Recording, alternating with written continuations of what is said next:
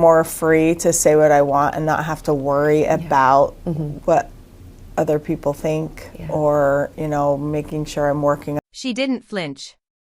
That's what stays burned in my mind. Christine Brown, the Christine who, for years, stood off to the side of Kody's spotlight like a loyal supporting character, was sitting cross-legged on her living room couch. No glitz. No filters. Just soft afternoon light cutting through the blinds and scattering across a room that looked lived in, real. A half-drunk mug of coffee sat on the table beside her. No notes. No production crew.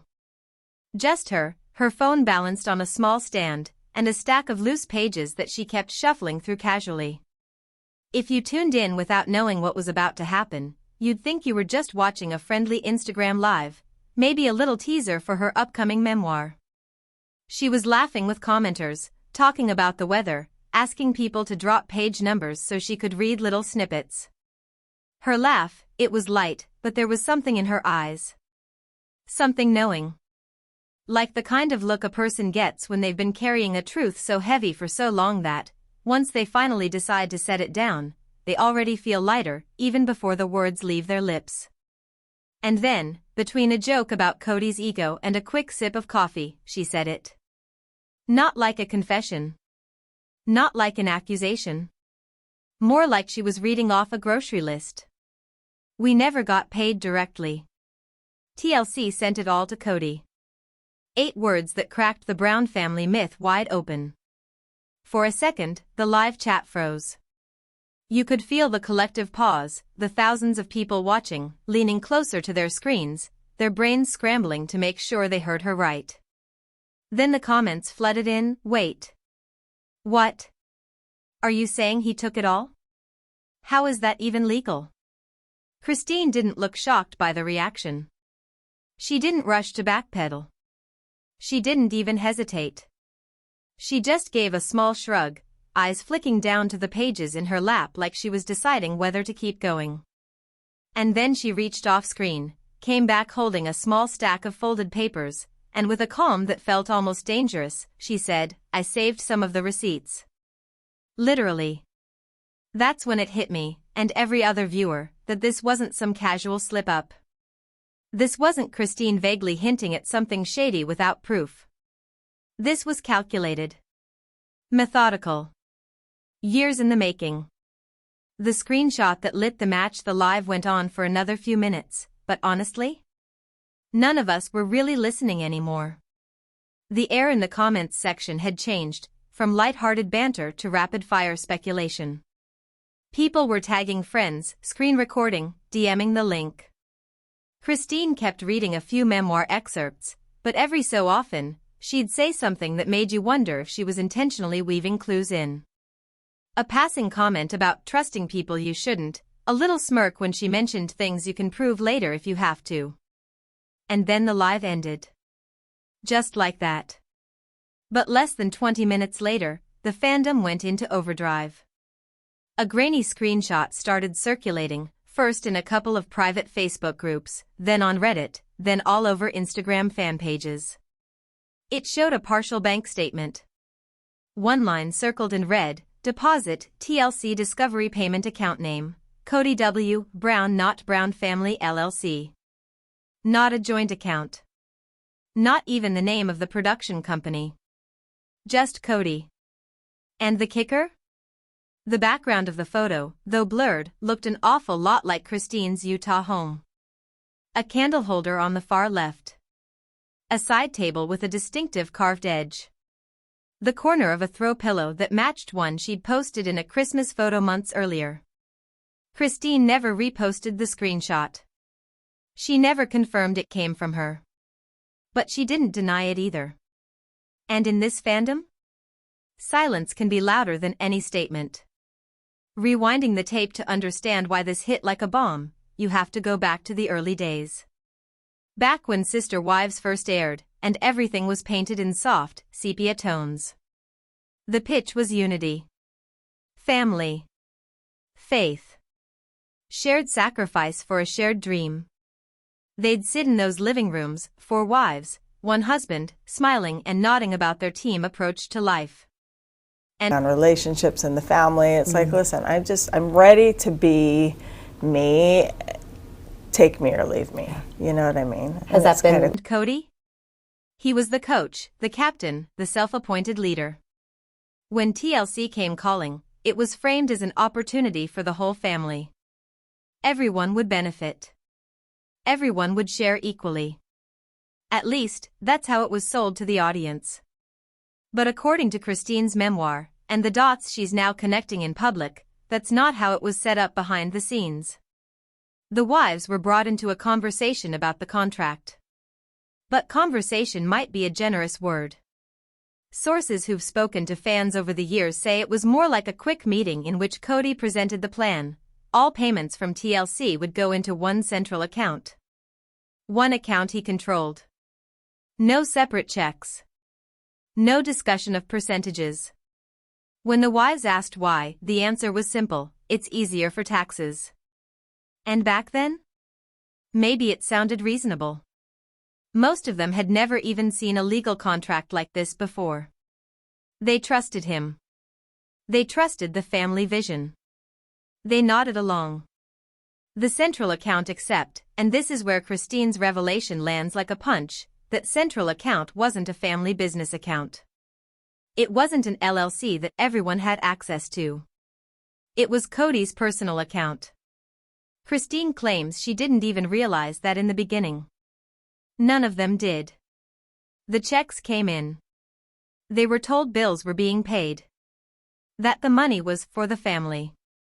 And when anyone asked for a breakdown, they were told it was too complicated or that they'd get the numbers later. Later never came. In her memoir, Christine describes moments where she would sit at the kitchen table with unpaid bills or wonder why her grocery budget was tight when they were supposedly making good money. She'd ask questions, and Kody would wave her off. It's all accounted for. You don't need to worry. For years, maybe she believed him. Or maybe, like so many in complicated relationships, she didn't know what questions she was even allowed to ask. The quiet collector, but somewhere along the line, something in her shifted. Maybe it was the move to Flagstaff. Maybe it was the way certain expenses for Robyn's household never seemed to be an issue, while other wives were told to tighten their belts. Christine started noticing patterns. And when she noticed, she started collecting. She didn't storm into the living room waving paperwork. She didn't make threats. She just made copies. Quietly. Methodically. She'd photocopy agreements. Screenshot bank statements. Write down dates, times, and dollar amounts. She didn't know exactly when she might need them. But she knew enough to know she might. I just wanted to be ready, she said during that live, her voice level. In case the truth needed to come out. And that moment is where part 1 closes, with Christine sitting on her couch, not smiling exactly, but free in a way she hadn't been in years. Because the truth was finally out. And she still had more to say. The live ended like a whisper before a storm. No dramatic sign-off. No stay tuned. Just a quick thank you for watching, a wave, and the screen went dark. But in the hours that followed, the fandom roared to life. You could practically hear keyboards clattering across the internet. Reddit threads exploded with timestamps from the live, screenshots of her exact words. Facebook groups ballooned with new members. Instagram pages that usually posted fan edits of the wives now carried red-circled bank statements like evidence in a trial. Christine hadn't shown a contract. Not yet. She hadn't posted any more screenshots herself. But the way she'd said, I saved some of the receipts, it was like she'd pulled the pin out of a grenade and just set it on the coffee table, waiting. The family group chat implodes, but the real explosion? That didn't happen on social media. It happened in the family's private group chat, if you can still call it a family chat.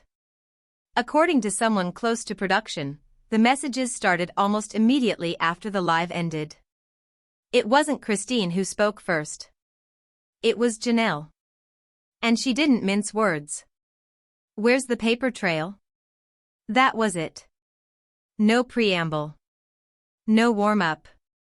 Just a simple, sharp question. Not, did you take the money? Not, is this true? But, where is the documentation? There was no reply. Not from Kody. Not from Robyn. Not from anyone. The read receipts were there, though. Seen. Acknowledged. Left hanging in the silence. Minutes passed. Then an hour. Then, suddenly, Meri left the chat entirely. No goodbye. No explanation. Just, gone. And Robyn? Robyn sent a single red heart emoji. That was it. Radio silence. Kody didn't reply. Not in the chat. Not on his public platforms. Not in any statement to the press. It was the kind of silence that feels deliberate, like a person deciding that if they just don't engage, maybe the fire will burn itself out. But this wasn't a campfire. This was a house fire. Christine, meanwhile, posted nothing but a single Instagram story that night, a short clip from an old Sister Wives episode where Kody said, "I don't answer to my wives about money." Her caption? Just one word, right. She didn't need to say anything else. The social media cleanup. By the next morning, something strange started happening. Fan pages noticed that certain comments were disappearing, specifically, any that mentioned the bank screenshot or asked whether Robyn had her own deposits. On one Facebook thread, a user claimed her question about Robyn's spending was deleted within minutes. Another said she was blocked entirely after reposting the alleged bank statement. There's no official proof Kody or TLC was behind the cleanup, but the pattern was too obvious to ignore. The deletions only seemed to happen on certain posts, ones tied to official TLC content or Kody's public appearances. The result? Exactly the opposite of what whoever was doing it probably wanted. Instead of shutting the conversation down, it made the fandom more convinced there was something worth hiding. The Robyn question. Robyn's silence was almost more deafening than Kody's. Here was a woman who, according to multiple accounts, hadn't worked a day outside the home since marrying Kody. A woman who had been seen living in a house worth nearly $1 million, driving new cars, and, if fan sleuthing is to be believed, spending thousands a month on personal upkeep. If Christine's documents showed that Robyn's lifestyle was funded from the same account that held all the TLC income, while other wives were budgeting for groceries, well, the backlash wouldn't just be aimed at Kody anymore. Janelle's private suspicions. Whispers about Janelle's own suspicions started bubbling up again. Fans remembered an old rumor that toward the end, Janelle had asked Kody for itemized financial records. And that he'd brushed her off so aggressively she dropped the subject entirely. But Christine hadn't dropped it. She'd kept digging. Kept collecting. And now, it seemed, she might be the only one with the kind of hard evidence that could prove this wasn't just a dysfunctional marriage, it was a financial con. I didn't sign away my silence in the middle of this storm. Christine dropped another line, almost casually, like she knew exactly what it would do. I didn't sign away my silence. Not in the way he thinks.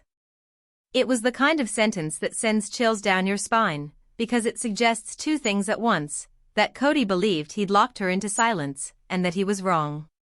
The contract promise, and then came the promise that has the fandom holding its breath to this day. In her live, before she signed off, she'd said, "Next time, I'll show you the contract copy I kept. Just wait." It was a simple sentence, but if true, it could be catastrophic for Kody. Because if she really does have the original TLC contract, and if it shows that all payments were funneled into his personal account under the guise of family distribution, that's not just unethical. Depending on the wording, it could be criminal. The waiting game. Now the fandom is in a strange state of suspended animation. Christine is posting normally, photos of her kids, book updates, cooking videos. No more direct shots at Kody. But everyone knows it's just the calm before the next storm. And every time she goes live, thousands tune in, waiting to see if this will be the day she keeps her promise. The thing about truth, here's the thing about truth. Once it's out there, you can't shove it back in the box. You can ignore it. You can pretend you didn't hear it. You can even try to scrub it from the internet. But it's there. And in this case, it's sitting in Christine's Utah home, in a folder, in a drawer, maybe even in a safe, waiting. Waiting for the right moment. Waiting for the moment when Kody least expects it. Waiting for the day when Christine decides she's done with hints and ready to put the receipts, literal and legal, in front of the world. And when that day comes, the Brown family as we know it won't survive it. You want to know the part that made my stomach drop? It wasn't the vacations. It wasn't the new SUV. It wasn't even the $140,000 decor haul that rolled into Robyn's house like a parade while the rest of us were clipping coupons. It was one single sentence, a leaked line from the original TLC contract. Unverified, but spreading faster than wildfire, all compensation to be issued to the designated head of household for distribution at his discretion. If that clause is real, if it's not just gossip, then the network didn't just know Kody had complete control of the money. They legally handed it to him. And here's the sickest part, head of household isn't even a thing in plural marriage. It's not a title we voted on. It's a fossil from a patriarchal system designed to make one man the king and every woman a subject. Kody wore that crown like it was divine right. And I, God help me, bowed my head for far too long. Fans are starting to piece it together now. They're pulling old clips from the broke seasons, the ones where we cried over bills, and there's Robyn, smiling in a brand new SUV, ordering luxury home decor online, planning a life that never once looked broke. The same fans who once defended her are now running the math. The same account paid for it all. The same account where every TLC check landed. The same account with Kody Brown written on it. Robyn? Silent. Not a word. Not a post. Not a teardrop for Instagram.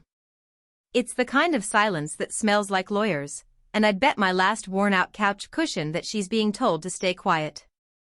But me? I'm just getting started. They thought they could buy my silence. They really did.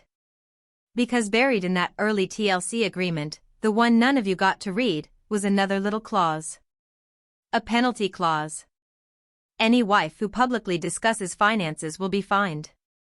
Fined. Like a child caught swearing in church. I won't tell you the number, not here, not yet, but insiders say it was thousands. Per violation.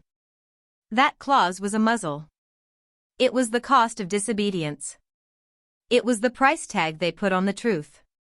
And I paid it for years, with my quiet, with my compliance, with my willingness to smile while my bank account starved.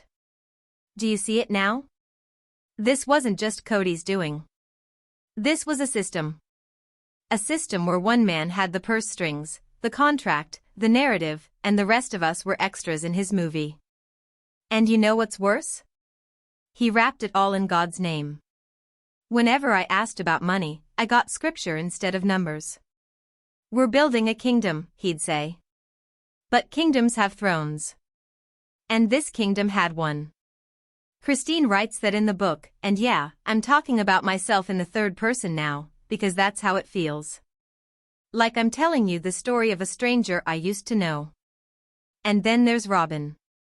Sweet, wide-eyed Robyn. She cried on cue.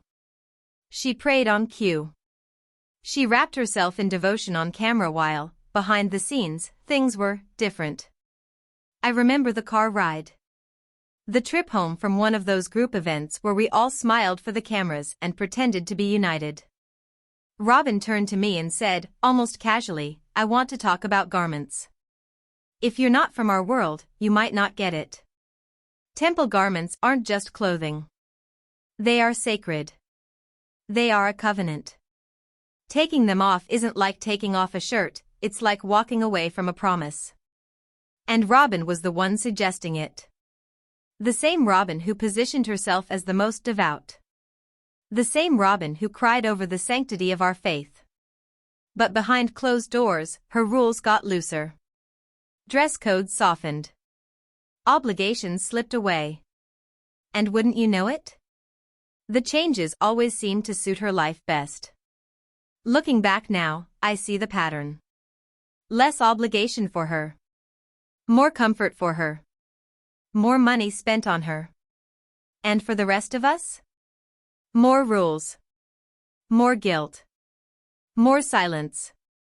I used to think Robyn's influence was a good thing, that she was modernizing us, making life easier.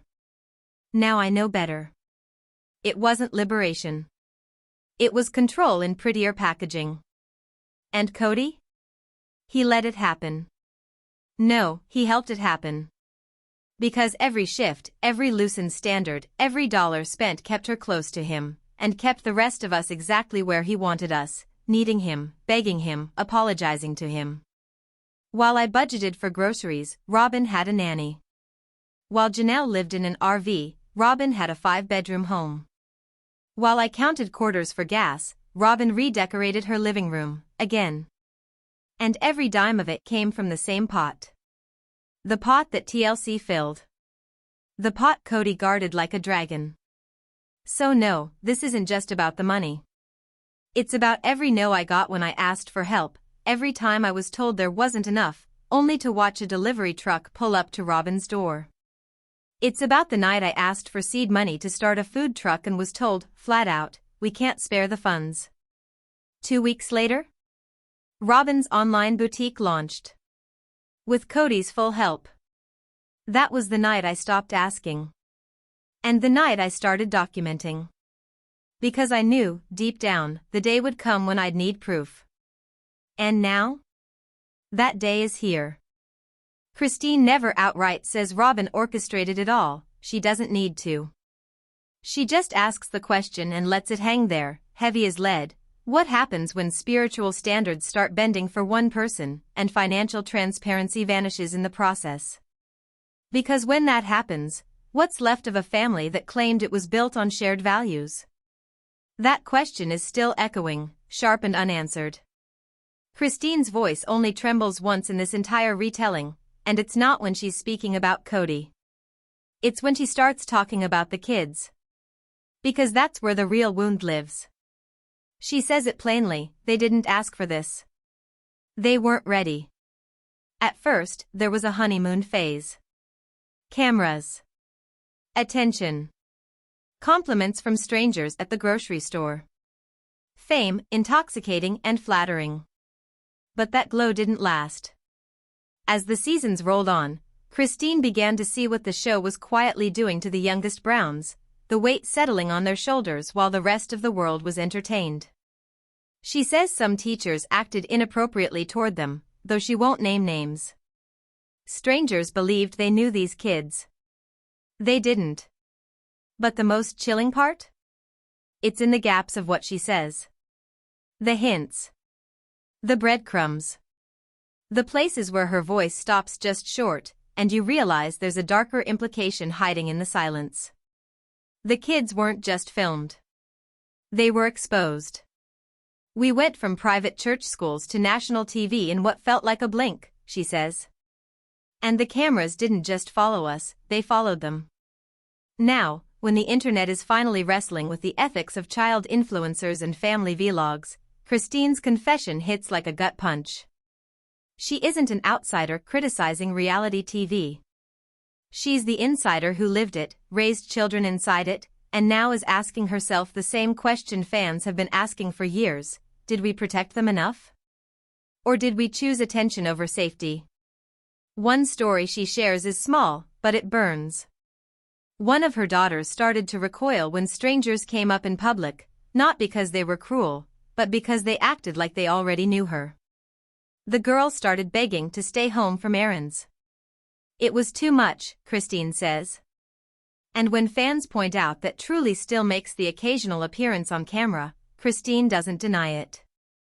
We try to keep it minimal, she admits. Then she says the words that feel like the closest thing to an apology she's ever given: we didn't know then what we know now. Simple. But it lands like a hammer. And the emotional toll wasn't the only wound. There was a financial one. Christine claims Kody promised money from the show would be set aside for the kids' college funds. But when the time came, she says, it was gone. No theft accusation. No dramatic blow-up. Just the quiet gut punch of disappointment. We were told the family account would cover it, she writes. But by then, we knew better than to ask twice. That's the point where the cracks stop being cosmetic. Because if children, who never signed contracts and never gave consent, were used to help prop up a show that funneled money into one man's account, then the ethical stakes shift from questionable to something darker. And Christine isn't sidestepping that darkness. She's walking right into it. Some fans believe she's already building a trust fund, trying to right old wrongs retroactively. Others think she's positioning herself for a legal reckoning that hasn't hit yet. Either way, Christine's done pretending the kids walked away unscathed. Protecting them now means telling the truth about them. And that truth? It's about Kody too. If there's one thing Kody Brown has never lacked, it's confidence.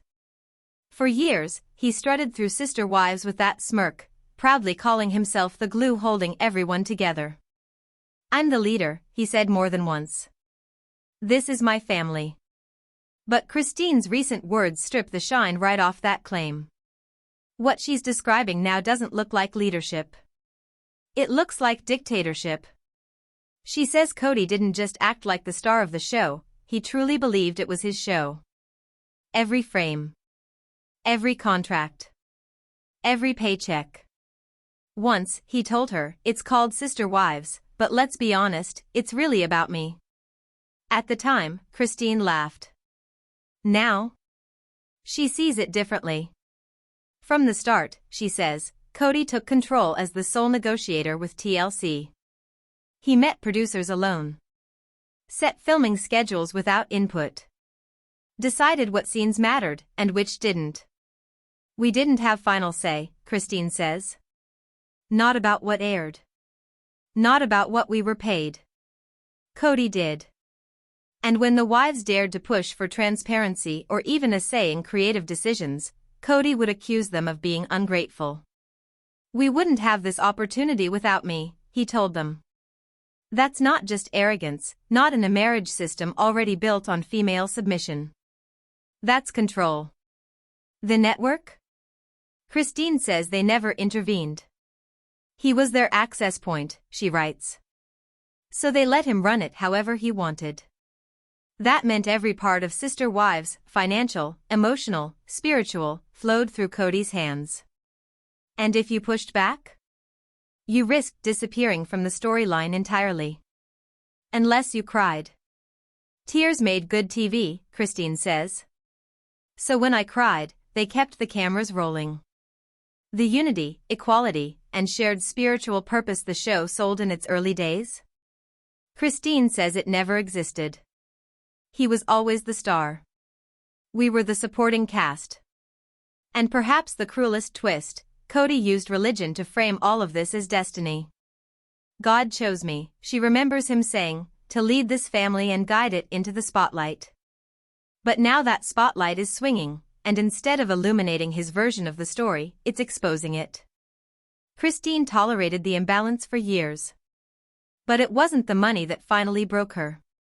It was the humiliation. The erosion of dignity. The moments of quiet defeat no one ever spoke about, until now. One scene still haunts her, one fans never forgot, the nachos moment. Back then, it seemed like an awkward, throwaway exchange. Now, Christine shows you the wound it left.